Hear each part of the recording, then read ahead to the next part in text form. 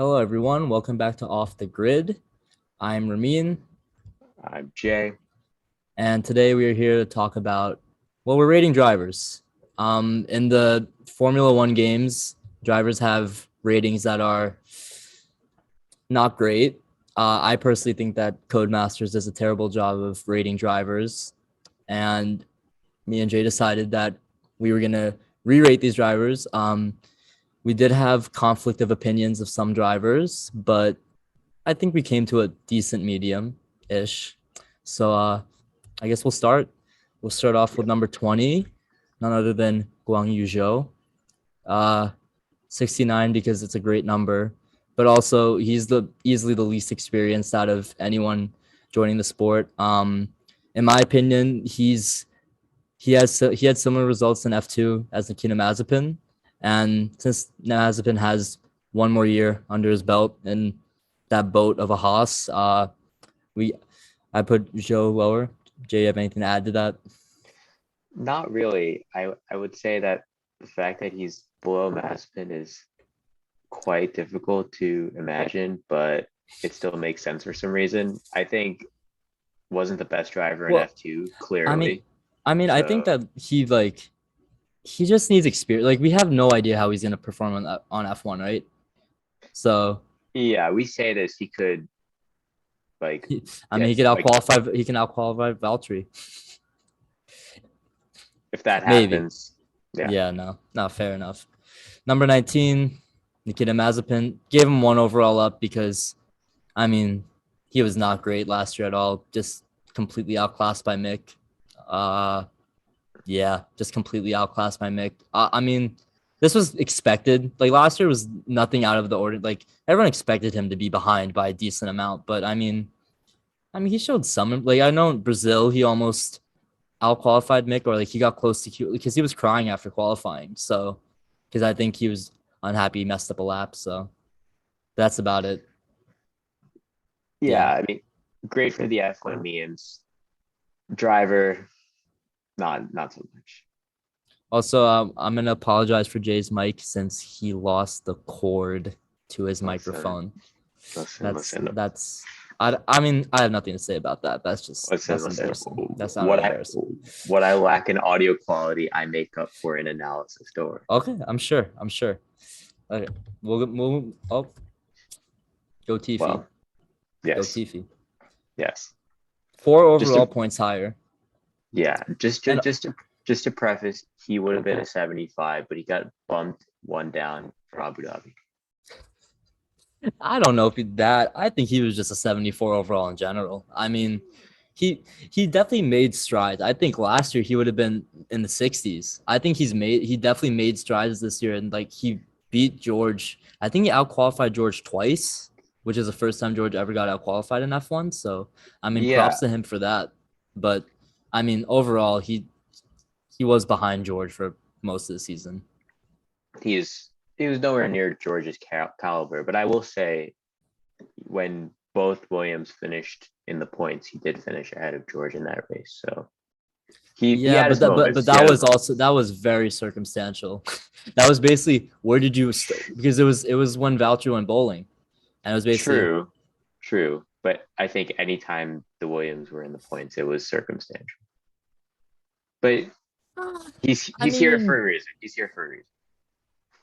I don't know, always circumstantial. 17, we have Mick. Look, I think Mick's a great driver, and I think his rating will definitely be higher than this by the end of the season. But I mean, he was very inconsistent in the Haas. Like even though he outqualified Nikita and like outraced him, he got into a lot. I think he had the most damage, most amount of money cost in terms of damage for F1. So yeah, he's just that racecraft ain't too high right now. It's not very high right now. I would say don't be shocked if he's in the 80s by next year. But If the Haas have a car, yeah, but given the Haas machinery, he has to be here. fair enough. Alex and Albon. Whoa, Alex Albon. Look, see, I feel bad putting him this low, but we can only really judge him off of what he last was in, right? And that Yeah. 2020 season, it wasn't great. I mean, to be fair, to compare it to Checo, it wasn't that different than how Checo. It wasn't that different. See, But I Albon, feel like he Albon lacked qualifying and he lacked a decent amount of race pace. Checo has race pace. precisely. I think the quality numbers would be very comparable, but I trust Sergio turn up for a race in a way I never trusted Alex Albon. True. So yeah. I hope he proves me wrong though. I hope he like I kills it do this too. season. I mean, he seems like one of the nicest guys in F1. So I hope he has a good season. He's essentially the lead driver at Williams if we had to pick, but Let's see. I we'll mean, see. Latifi has seniority, but I guess we'll find out. I think Albon just has the F1 seniority, having been in like a Red Bull That's fair. seat. That's fair. Yeah. 15. Yuki. Yuki. Eh, We have him one above Albon, which I find interesting. But I I stand by mean, it. yeah, no, I think I had them at equal footing or Yuki one above because I think Yuki, he definitely did not have a great season, but he showed flashes, especially Abu Dhabi. He showed flashes of that brilliance that he showed at Bahrain. So I think he has potential. I think me and you both agree that he's gonna have a very solid season this upcoming year. So we haven't pegged at 81. I hope he breaks the 85 barrier and gets more on par with Pierre, but only time will tell. Yeah, I think the fact that Alex Albon never podiumed and his highest finish was P4, and we saw Yuki do the same thing in the Red Bull B team essentially is my justification for the advantage. I have expectations for Yuki. I don't think he's getting a podium with how top heavy things are going to be, but I think for him more consistency, like consistently finishing close to the points or in the Or points. or That's just the way I see finish it. or just finishing the race and not crashing. That That would be good. that that too. But I mean, to be fair, Albon when he was in Toro Rosso at the time in 2019, he performed way better than Yuki did in AlphaTauri. Way better. Yeah, I yeah, mean, but Albon outperformed. Well, I don't know if he outperformed Kvyat in 2019, but he was about level with him. I mean he got to the Red Bull seat, so I don't know. guess it's there. We'll Yeah, move on. We'll move on. Sir Lancelot, 14. I mean, I'm not a Lance Stroll hater, but I mean, he's definitely not in the top half of F1. And I mean, I think he's made very steady progress since he's been in F1. He's made very steady progress. I think this past season he kind of plateaued. Even though he was comparable to Seb, he's still they're just we expected a lot more out of him given 2020, I think. Especially when he got the pole, he got P4 at the Hungaroring in 2020. There was a lot to be desired, especially since he was the continuing piece from Racing Point and Seb was kind of new to the team. There was hope. So I think it was a disappointing 2021 for Stroll and hence the rating. yeah. I will say this year is huge for him in my opinion. Like he's had a few years in F1 now. It's a new generation. Like I think if we're going to see what he can be, it has to be this year. Um, Not a Lance Stroll fan personally, but yeah, I mean, he's from Canada. He's from north of the border. yes, but He's close by. yes, but insert any Lance Stroll interview as a counterpoint. Fair enough. Yeah. I mean, it's a big year for Aston Martin, but I think that these cars more than anything will showcase the driver's skill more than anything. I mean, obviously the team has to get it right, but new cars, new regs, and we'll see. I think the younger guys have an advantage though, because a lot of people have described the 2022 cars similar to F2 cars, which I find interesting. So maybe that's telling. Yeah, Ooh, imagine Sebastian Vettel being number 13 on a driver's ranking list. Like, tell that to anyone like 3 years ago, or I guess 4 years ago. Yeah. Yeah, I mean, Seb still has something there. I mean, he got two second places, although one of them got disqualified, and both were pretty circumstantial, but still he had definite flashes of his old self, but there was just times where I don't know, he kind of looked not there. I think about the Silverstone spin a lot when he was just in sixth place in a great position and he just spun it by himself. I mean, everyone's entitled to their own mistake, but I mean, it kind of very uncharacteristic of him. Ah, at Yeah. least given his early dominance. Yeah. I think it's hard. On his best day, you could argue he is right up there, but the consistency just isn't there. There's so many times where he's finishing out of the points, he's DNFing. I think it's sad to say, but he is way past his prime. I don't know. That hurts. I mean, I'm a big Sebastian Vettel fan. We I all love are. him, We all are. Yeah. but I don't know. I hope he proves me. I hope, who knows, if Aston Martin has something, maybe he can contend for more podiums, maybe a win. That'd be cool. I don't know about a title, but Yeah. No, no, no. number 12, we have Esteban Ocon. Fresh off of his maiden win, giving him an 85 overall. I think that I think I ranked him as 84. I think I put him level pegging with Seb. I think you gave him a little bit of a boost. And I mean, I think it's justified given that he won a race. And especially at the end of the season, I think of what is it, Saudi Arabia, where he almost got the podium Yep. and how well he drove there. But I mean, 85 overall is a good overall. And I mean, he's definitely a very solid driver. I think that you can argue he's in the top half of drivers. The next few drivers, I think, are very tight. So it's hard to tell. But I think Ocon, sometimes he just lacks like some brilliance in racing. I feel like you don't see crazy overtakes from him or you don't see bold moves from him. He is a very conservative driver, which I mean, nothing wrong with that, but it's just sometimes it leads to him just being stuck in P9 or P10 for a while. Fully agree. I think his ceiling as a driver is definitely in the bottom half of this list, but Mm. you have to respect the consistency, and ultimately he did win a race, and not many Yeah. drivers ever do that. And I mean, how young is he? He's in his mid-20s, right? So I mean, he still has time to improve in form. I think that he can definitely be higher than this rating, but for sure. I mean, if he can outperform Alonso regularly, then I don't see why not. It was back and forth, but I mean, also Alonso, it was his first time back in a Formula One seat since 2018. So Right. I don't know. It's a hard rating. Yeah. Moving on to number 11. Valtteri, also coming at 85. I mean, it feels fitting for him. I mean, he's right at the median. He's right at the middle, which it makes sense. He was a rather average driver during Merc. I mean, he did win races. He did get poles, but he was in a beast of a machine, and he never really gave Lewis a run for his money, really ever. Yeah.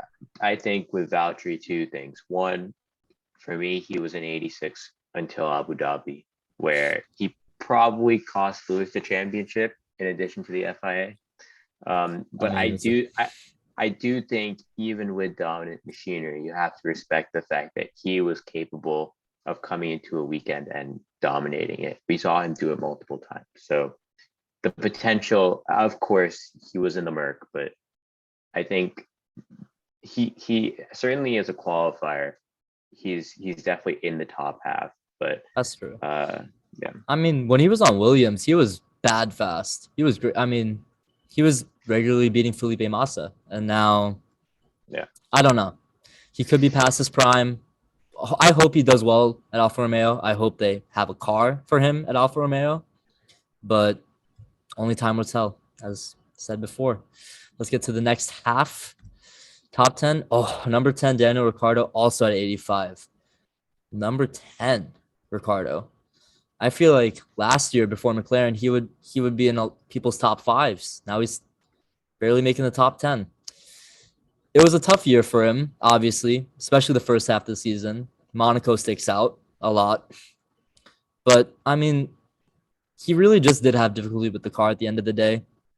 He did show signs of matching Lando at the end of the season, and I think that next year is definitely going to be a very pivotal year for him, especially given the driver market that will be next year. So I don't know. I mean, I think he's signed until 2023 with McLaren, but he's got to pick up form. He's at 85 right now, based off his previous, like especially at Red Bull and Renault, how well he drove there. But last year was not a great season from Daniel Ricciardo. Yeah, I think you have to give him credit for Monza. Uh, Even though it was somewhat circumstantial with Max and Lewis crashing out, he did overtake Max to start and he held the lead. So That was the correct. most That was the most impressive. That was very good. Like how he was able to hold Max off. That was extremely impressive. Yeah, and yeah, I think maybe it was just experience, but I didn't feel worried about him keeping the lead. It sort of felt like once he had it, he was good, and the McLaren was clearly competitive there. That But makes one of us. I was scared. well, I was scared for life. no. Once Max and Lewis were gone, I just felt like Oh it well, was yeah. getting Once Max uncertain. and Lewis were out, I felt a lot better about it. But I remember the first I think 25 laps when Ricardo got the lead and Max was just on his tail. Well, not on. He was like a second back, but I was just scared he was gonna slip up the entire time. But I mean, he Yeah, did get a win. He did get a win. it was just such a strange race, even prior to the crash, like with traffic. It just felt like there were so many drivers like bunched up, just fighting each other, and Yeah, it was a Daniel good Ricciardo was race. just chilling. It was a good Great race race. though.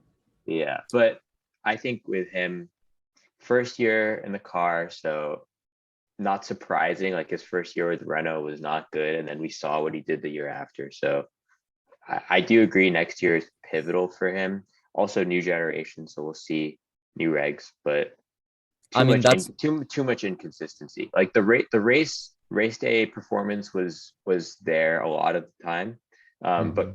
quality performance, like It was flat. I mean, he like wasn't point able to get the max out of the car straight up. no, but put points in the season where we're wondering whether he's getting into Q3 is not where we're used to seeing him be. And to be completely fair, he did cost McLaren a chance of getting P3 in the constructors straight up. He was the Yeah, liability on McLaren. But yeah, yeah, I mean, I think he's gonna have a bounce back year personally. But that's for our prediction video. 9, Sergio Perez, the Prime Minister of Defense. yes, of Mexico. Only but only gets an 86. YJ. Too inconsistent.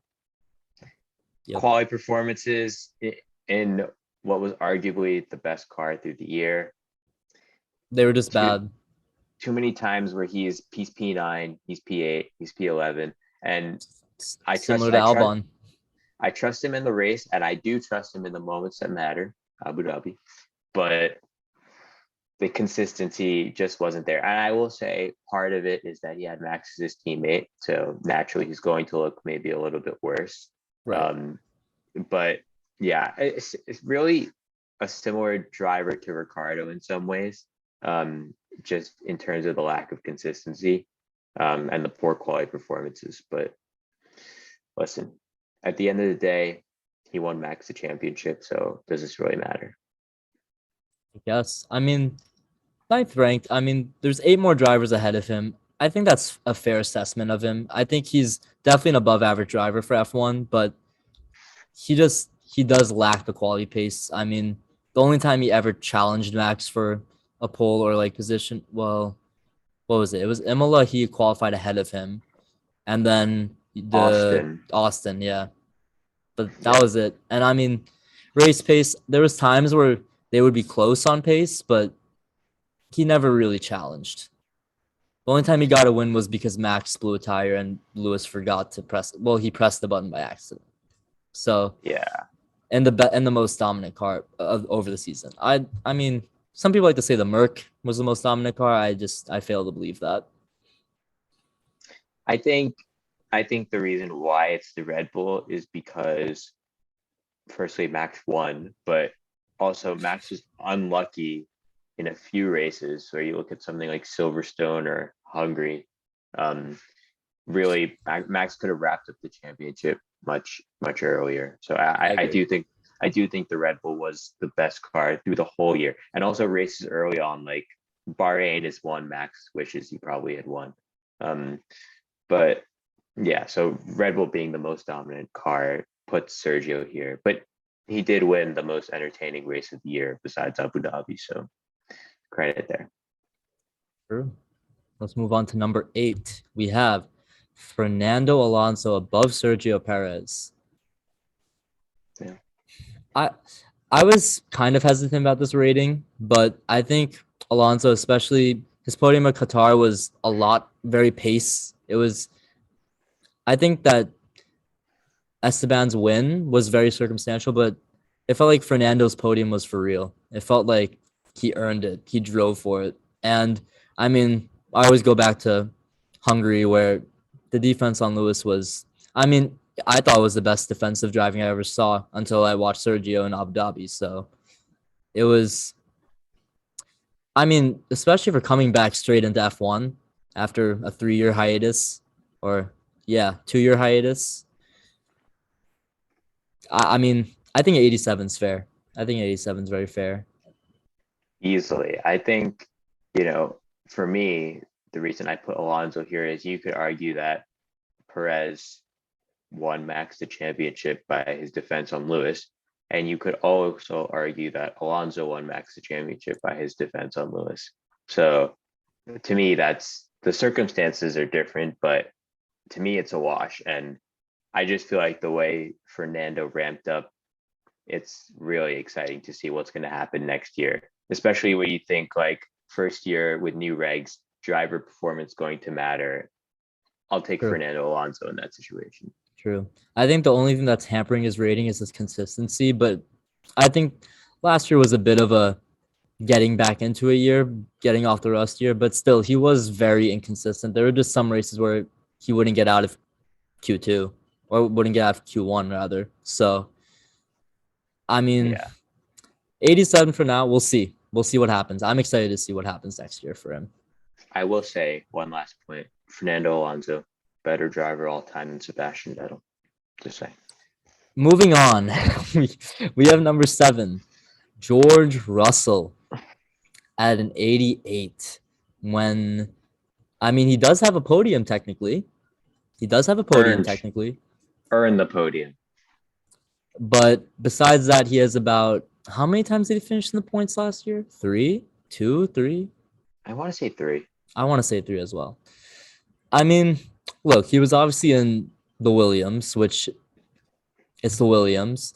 So he obviously didn't show his potential, but what he did show that is that he is Mr. Saturday. He destroyed anyone who he qualified against, and his race pace was very solid. I mean, it wasn't as strong as his qualifying pace at times, but it was still very strong. And I think a lot of this rating is based off of his one-off in the Mercedes and Sakir last year when he basically bossed Valtteri pretty badly. So yeah, I mean before the whole tire fiasco. Yeah. So I would say, yeah, Mercedes bottled that race for him. Um, I will say in some circles a bit overhyped. Like he's not Lewis or Max yet, in my opinion. Yeah, Um, I would say no. I would say I don't think his ceiling's as high. Just me personally. Um, interesting, interesting. but but I would say he is the wild card.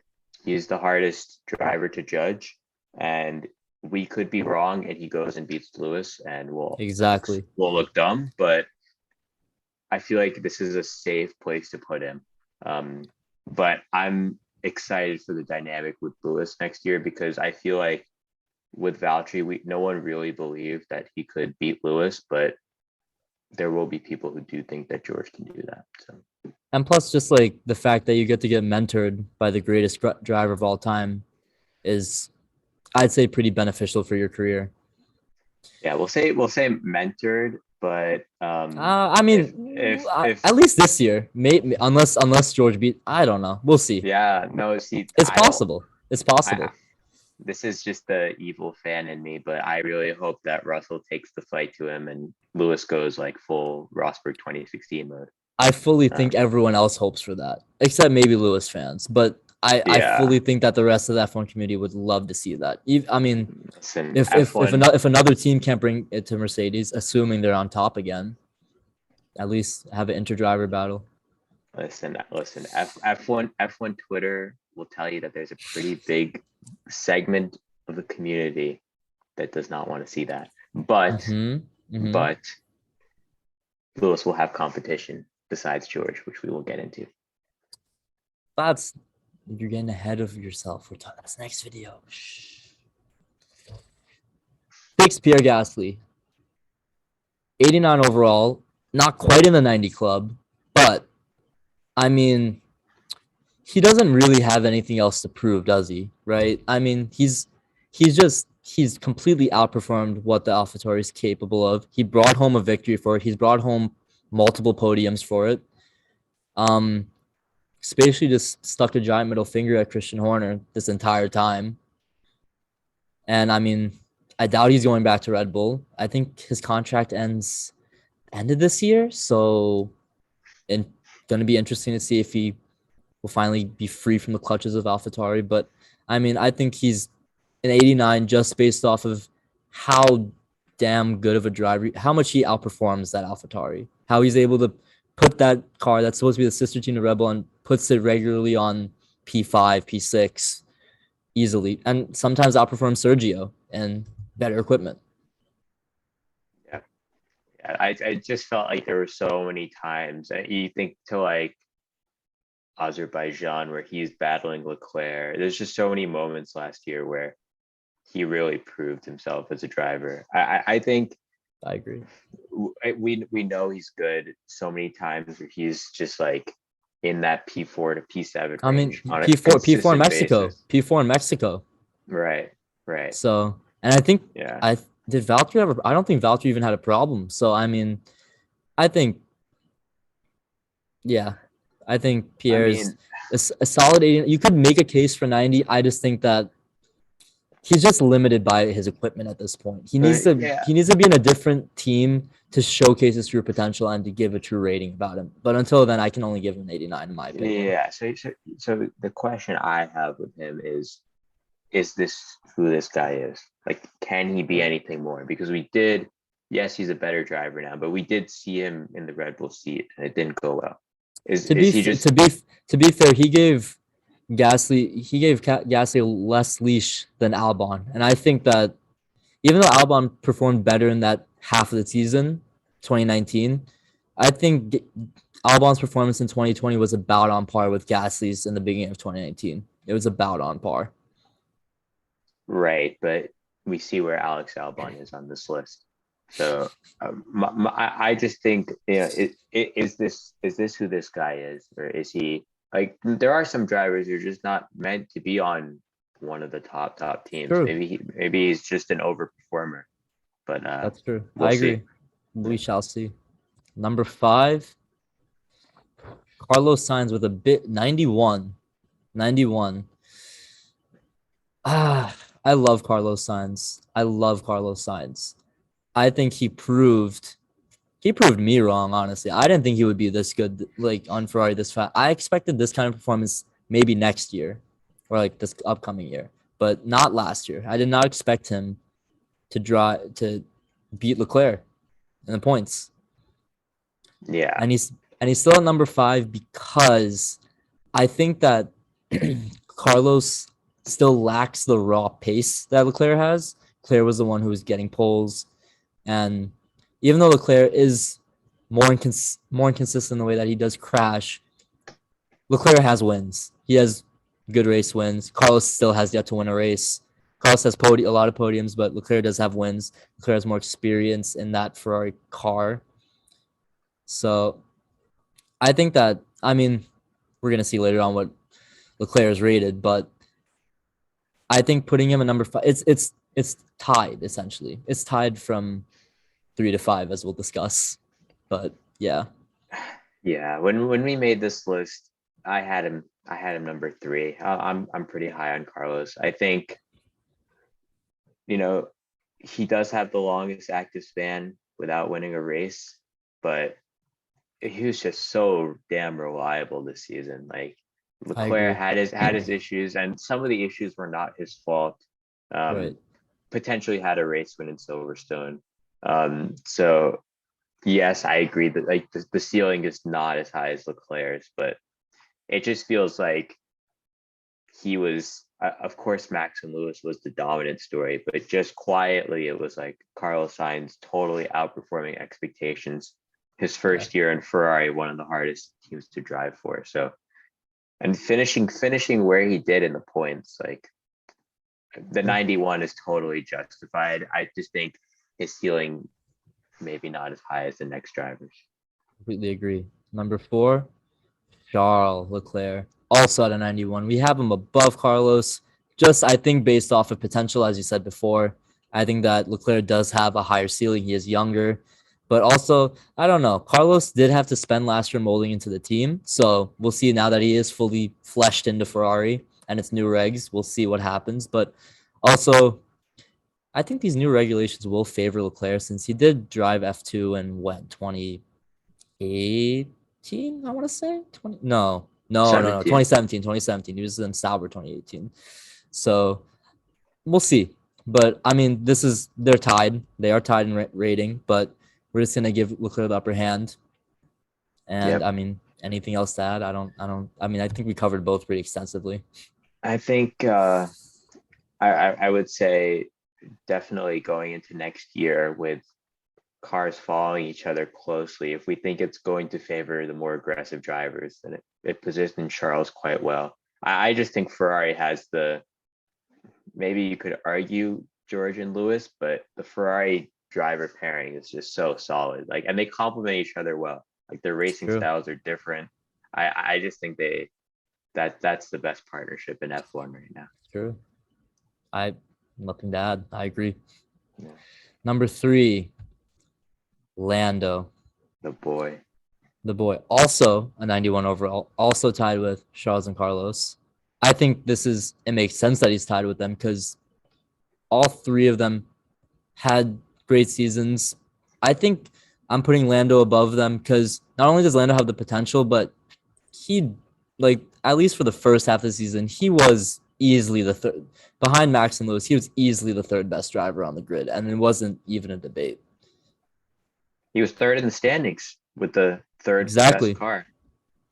So Precise. Yeah. I mean, yeah. I just think about the drives he had in Austria, the drives, just the entire first half of the season. He was unconscious. He was disgustingly great. I Obviously, mean, towards the end of the season, I mean, does that have to do with McLaren maybe not upgrading the car as much? Maybe, but also, I think Sochi he lost maybe some confidence after that, but I think he'll build it back. And I mean, third best driver in F1. I think it's a bold statement, but given how young he is, how he's kind of the centerpiece of McLaren, I think that a 91 is completely acceptable and justified. yeah, that I mean, I just felt like there were so many times in the season where we thought like, damn, Lando might actually have a chance for pole here, and it clearly was He him. got pole in Russia, He did get pole in Russia, yeah, and him just pulling every ounce out of that car. and I and mean, and and he would have gotten pole at Belgium if the track was safe to drive on. yes, but he did choose to drive on it, No, and true, true. he did. You could say the team had some responsibility with not providing the weather updates the way they should have.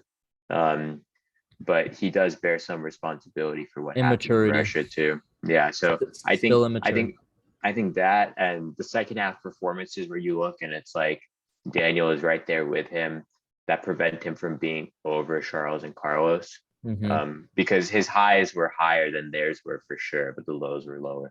And you should say this list reflects last year specifically. Because if you ask me personally, I would say Charles is the better driver. But for the 2021 seasons, I think that Lando hard to proved argue. himself, though. I think Lando proved himself because there was times where Charles was just straight up. I mean, also the Ferrari wasn't that great in the first half of the season, so that does have to be taken into consideration. But they Yeah. also did get pole in Monaco and Azerbaijan. So I don't know if that's more of Charles, if that's a car. It's a toss up. I put him at 3 personally. I put Lando because I was completely mesmerized by his first half of the season. Completely mesmerized. And I mean, Yeah. is that my bias showing? Yeah, but it's okay. He earned his place at 3 with how he performed. We'll move on to 2. Who's 2? Who's 2? It's Max. Max is at 2, but he won the title last year. Why is he at 2? Some performances where you look and you could argue, I would say on his best day, he's probably the best driver in F1. And he was so solid through the year. 10 wins, 10 poles, 18 podiums. Just absolutely destroyed the pack. There was a point in the season where it felt like he was winning absolutely every race. But you look at something like Silverstone, where yes, it's not his fault, but he did leave all these points on the table. It's just he's got this one element to his racecraft that I think he can improve. And I think Saudi that Arabia demonstrated that pretty well. I think yeah, that him cutting the corners so excessively, and I mean, the brake checking incident was not great. It really kind of soured that entire race for me. But I think that I think Max it's hard because the way I see it is that I think Lewis, when he had the second fastest car last year in the beginning of the season, right? Lewis was still able to contest for wins or be there. I feel like when the second half of the season happened, it was already set in stone that Max was not going to win the race. He was going to get yeah. second. I think that's the difference. I think that Max was, I think he was, I don't know if he was a better driver last year. Mm. I mean, it's a toss up. It's a toss up.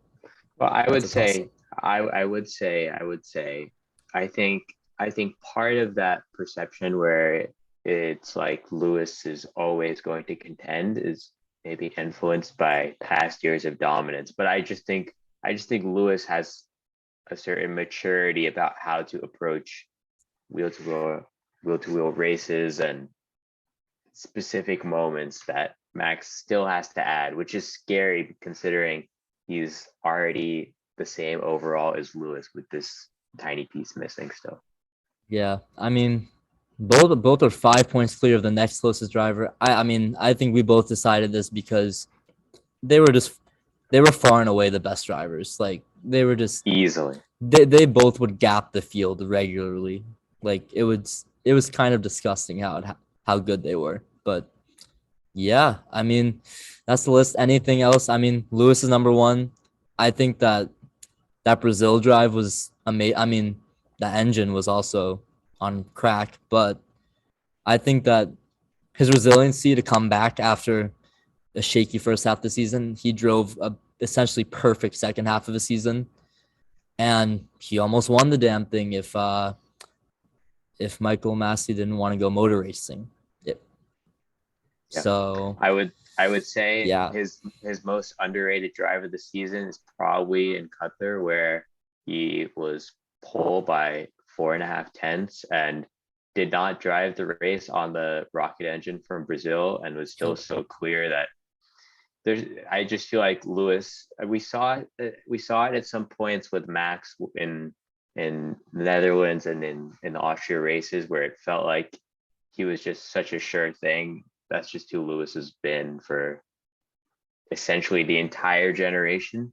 Hmm. So I Yeah. yeah, second Plus, half of the year he was Lewis with on it. Lewis with experience. Lewis just has so much more experience that I mean, he tops the list. I mean, I feel fine with putting Lewis at the top of the list.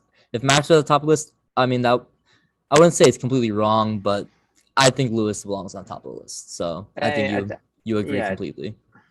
at the end of the day, we've got them at the same overall. And there were so many times in the season where they're just on a different planet to everyone else, like 40, 45 seconds ahead, Yeah. lapping guys in P4. So I mean, they were clearly the class of the field, Yeah. and you could really go either way. But I think with Lewis, you could argue he really has no flaws as a driver. Whereas with Max, it's He hard to showed say. some in the beginning of the year. No, but I see. I wouldn't say those are flaws as a driver. I would say those are mistakes, which all Fair. drivers make. All right. I mean, I think that'll do it. Um, if any of you enjoyed this, for the three of you that enjoyed this, um, just leave a like, subscribe if you want. We're gonna be rolling out much more content coming up. We have predictions videos, we have some livery reactions. I think we're gonna have some testing reactions. So Definitely. jam packed And coming up. also, if you're here, let us know in the comments if you agree with these rankings. Is Lewis one or is Max one? And yeah, And who's last, Nikita or Guang Yu Zhou? the most All right. important. Until next time, guys.